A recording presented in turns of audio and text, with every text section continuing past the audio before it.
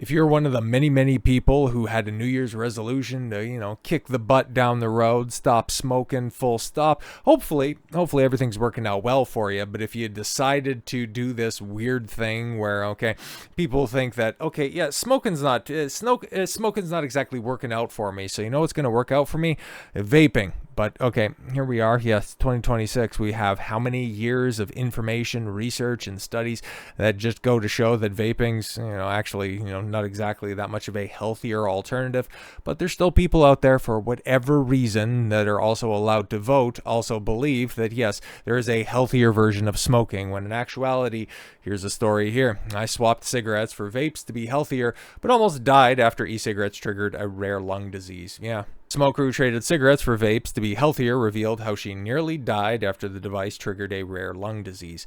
Zoe Shackelford, 29, from Strasburg, Virginia. First started smoking cigarettes at 18. I'm sure it was at 18, just so happens to be of legal age, right? In about 4 years. But after 4 years, she switched to e-cigarettes in the belief that they would be a healthier alternative to tobacco. The device is also touted as being less toxic than traditional cigarettes and are promoted as a smoking cessation aid, but for nearly 8 years. So she was smoking for 4 years and she was on a vape for 8. A cessation device. Sure thing. She used refillable vape devices, but last month, looking for more convenience, she made the switch to disposable vapes, a decision that would nearly end her life. While refillable vapes and disposable, I don't know why those words are so difficult to say, disposable vapes may appear similar, there is a big difference. With refillable vapes, e-liquids tend to be more regulated and sold by specialty shops or online, while the disposable equivalents often contain unlisted or unknown chemicals. Interesting. Okay, some use synthetic nicotine or high concentration of sweeteners, artificial flavors, or heavy metals. Meanwhile, the heating element in refillable vapes are usually made of stainless steel or ceramic coils, while the disposable offerings often use cheaper metals, nickel, chromium, tin, or lead, which can leach into the vapor being inhaled. Wow, that's I didn't think about that, but okay, makes sense. And yeah, this looks like somebody who would be, making really intelligent life decisions. But yes, after finishing 3 disposable vapes, one vape can be equivalent to 100 puffs and multiple packs of cigarettes. Holy shit, Shackelford said she saw her health quickly deteriorate. Could you think of anything else that would lead to a negative health effect? But okay, and begin experience what she initially thought was a mild cold, but in actuality I thought it was from swimming.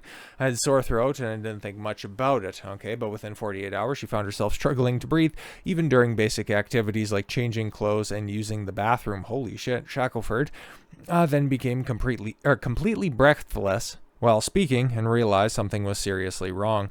On August 17th, she was rushed to the hospital, and doctors found her airways were functioning at 50%. Wow. When I was first admitted to the hospital, I only had 50% of my airway open. A doctor said if I hadn't come that night, I probably wouldn't have made it to the hospital. Well, you still had another 50% out there, so let's not get too dramatic. Shackelford was tested for pneumonia, bronchitis, and sepsis, but all results came back negative. Her condition worsened despite initial treatments. They didn't even know how to treat me. Everything they were trying wasn't working. They kept going and going and going with breathing treatments. Upon discharge, she was referred, to a lung specialist for further evaluation. Following a detailed consultation, the specialist diagnosed her with hypersensitivity pneumonitis, HP, a rare inflammatory lung condition triggered by an immune response to inhaled substances.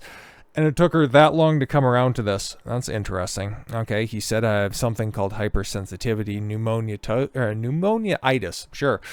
He said he hasn't seen this in 2 years. The vape that I was using had a chemical that was reacting negatively with my lungs, basically closing my airways. HP is caused by inhaling substances like mold, bird droppings, or chemical vapors. I'm glad that all of those are all linked up together. And it leads to severe inflammation in the tiny air sacs, the capillaries, in your lungs. No, those are the tiny blood vessels. Disregard that. And airways of the lungs. Without proper prompt treatment, it can lead to permanent lung scarring. So yeah, if you ever needed another reason to stay away from vapes and stay away from smoking in general, that right there, a rare lung condition, hopefully that's enough to just encourage you to make the right decision this time. So with all that said, thank you all very much for the gift of your time. I've been Don Consuelo. I want you to follow your gut and get after it. Take care, everyone.